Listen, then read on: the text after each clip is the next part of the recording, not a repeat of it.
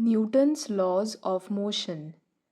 Newton's first law of motion, which is also called as Newton's law of inertia or Newton's law of equilibrium, states that an object will remain at rest or in uniform motion unless acted on by an unbalanced force or torque. Inertia is the property of an object that resists both the initiation of linear motion and a change in linear motion and is directly proportional to its mass. Similarly, movement of inertia is the property of an object that resists rotatory motion and changes in the rotatory motion. An object that is acted upon by balanced forces or torques and remains motionless is in static equilibrium. When the velocity of an object is constant but not zero, the object is in dynamic equilibrium, which can either be linear, angular, or a combination of both. Therefore, with regards to motion at joints of the body, dynamic equilibrium of segments of the body occurs infrequently. Therefore, Newton's law of inertia or the law of equilibrium can be restated.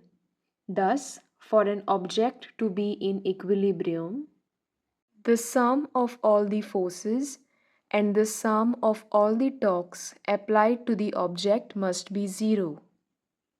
That is, summation of the force is equal to 0 and summation of torque is equal to 0. There is no restriction on the number of forces or the torques that can be applied to an object in equilibrium as long as there is more than one force or torque. Anytime the sum of the forces or torques acting on an object is not zero, it means the object must be accelerating and not in equilibrium. Examples of Newton's first law of motion. When you turn off a table fan, the blades of the fan continue to move for some time even without electricity. Second example, when a car stops suddenly, the passengers will still feel forward motion. This is due to the inertia of motion, whereby the car begins to stop while the body inside is still in a state of motion. Third example, a dirty dish lying on the table will not move or get cleaned unless you apply some force and put it in the dishwasher. Now let's see Newton's second law of motion or Newton's law of acceleration. This law states that the linear acceleration, which is a, or angular acceleration, that is alpha, of an object is proportional to the net unbalanced force or the torques acting on the object.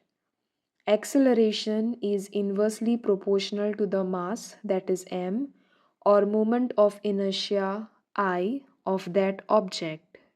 Therefore, linear acceleration, which is a, is equal to the unbalanced force divided by mass, and angular acceleration, which is alpha, is equal to the unbalanced torque divided by inertia.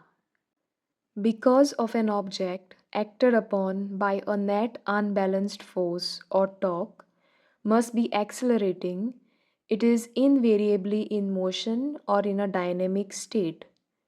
The acceleration of an object will be in the direction of the net unbalanced force or torque.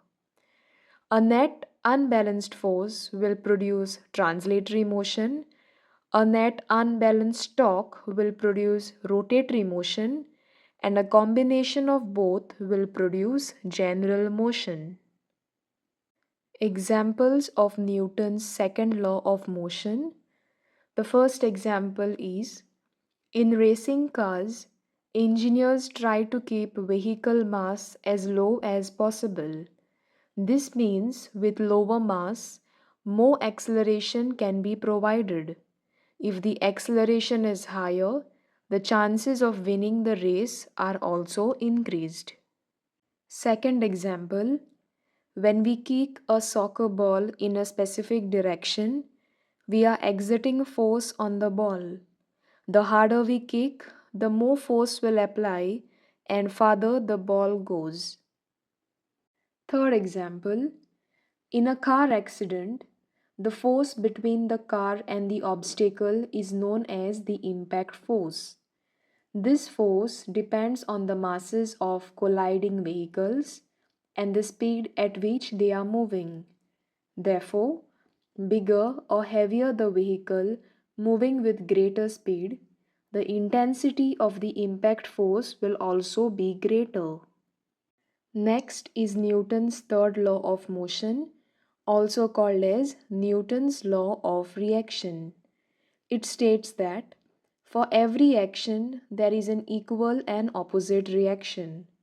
That is, when an object applies a force to a second object, the second object must simultaneously apply a force equal in magnitude and opposite in direction to the first object.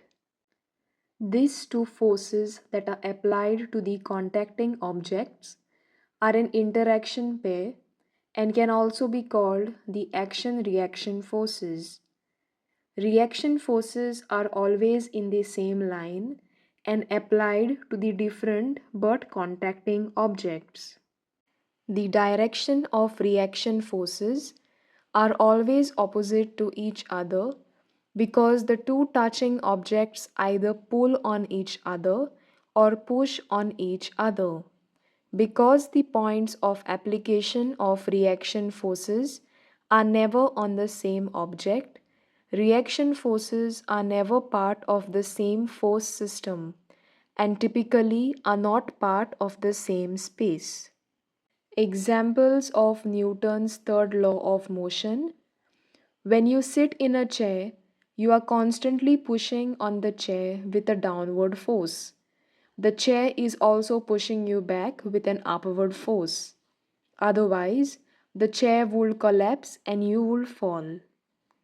Second example, the wings of the bird push the air, creating an upward force which helps them move forwards.